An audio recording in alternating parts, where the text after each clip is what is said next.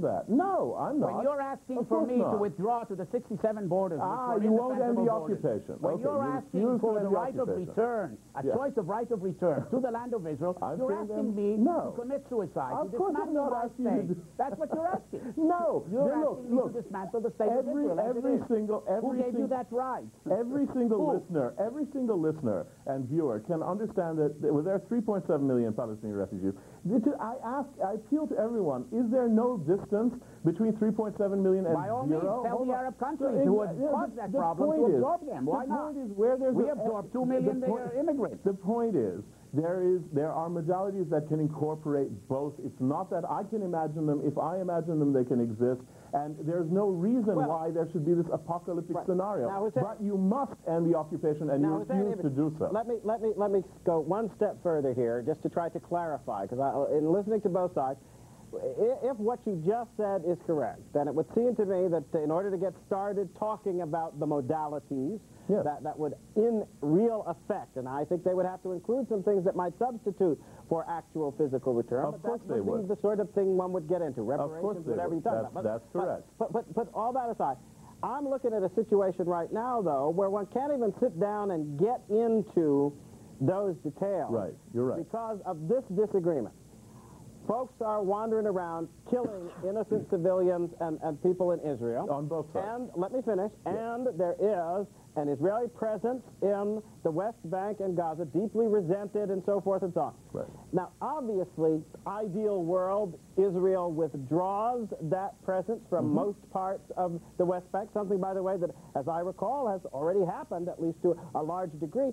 And second, 17% is not a large degree. There has to be an end to those kinds of assaults against people in Israel. Yes. Is it acceptable, and do you think it is possible, and how does it come about, because we haven't seen it yet, for there to be an end to that kind of violence? Because I do not see how people can negotiate in the context of that kind of terror. Well, I think that the way we've been looking at it has been exactly the opposite way around. I think we've been getting it completely turned around. In other words, we've been saying, really because this is what Israel wants us to think, that first you have to end the conflict and then we can negotiate. I think that what actually needs to happen, painful and difficult although it's going to be for both parties, is that you have to actually bite the bullet and restart the political process, while at the same time both parties are continuing to struggle. I do think Palestinians need to do as much as they can to prevent any attacks on Israeli civilians, but there's legitimate forms of resistance that can continue,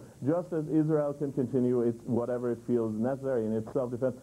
As long as we start a political process, we can give people another mechanism, a political mechanism, which can start to substitute for the process of violence. If we say we're not going to talk, then we give people no option but to continue to struggle, and some of them will do it by any means necessary, much as we may regret it.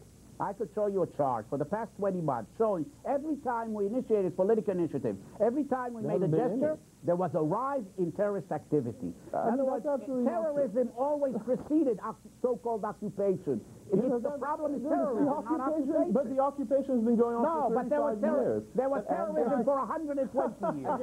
Terrorism, Arab terrorism against Israel, what about the way the Israeli state was formed? By Menachem Begin and Yitzhak Shamir, the original Middle East terrorists, Menachem Begin and Yitzhak Shamir. You're in no position to lecture anyone, sir. Before we start rehashing all of that, which often happens, let me get back to this point, though, which I think is again the nub of the issue, because I think one of the problems, Hussein, with what you're proposing, and why it has usually been the case in negotiations, that you got to stop the killing on both sides, is because if you don't, then the negotiating process is hostage to the extremist elements on both sides. Actually, I think the opposite view. Whoever feels like killing today can throw a wrench into the works, rouse this sort of emotions, anger, resentment. Blood calls for blood. That's why reasonable people do not think it's sensible to suggest that you can have viable, fruitful negotiations while killing continues, because the passion involved in that killing is incompatible with negotiation. What do you do about that? I think it works exactly in reverse, to be honest with you, and I understand your logic, but I think that what happens is when you say there has to be absolute quiet, a total end to everything, even incitement, as Mr. Gissin has said, which are words again. When you say that, what you do is you give a veto to every crazy with a bomb or a bullet or a rocket. Yes, that is the way, of course. Of course, listen to you. No, give yourself. I haven't seen 1% of effort on the part. I haven't seen 1% of effort on the part of Yasser Arafat. Not one order to his large security force, 40 or 50,000 men in arms, all loyal to him, paid by him to take one action to stop terrorist activity. Well, you know that's we would not no, be, you know we won't be surrounding the Muqata. We would not be surrounding the Muqata if it wasn't for the lack of Yasser Arafat taking any action against terrorism. You know that that's no, we true. the whole world. Wow, come on, the whole world sees the pictures. The whole world knows. Even the Israeli security forces have acknowledged many instances in which Palestinian security services have thwarted attacks on Israel. Now, you could say, if you want to, that you wish that they would do more. I wish that I wish they could do more. And if you would stop bombing and shooting the Palestinian police and allow them to function and make a commitment to end the occupation, which you're saying you will never do, then we could make some progress. But it's your leader who started this strategy of terror. My leader.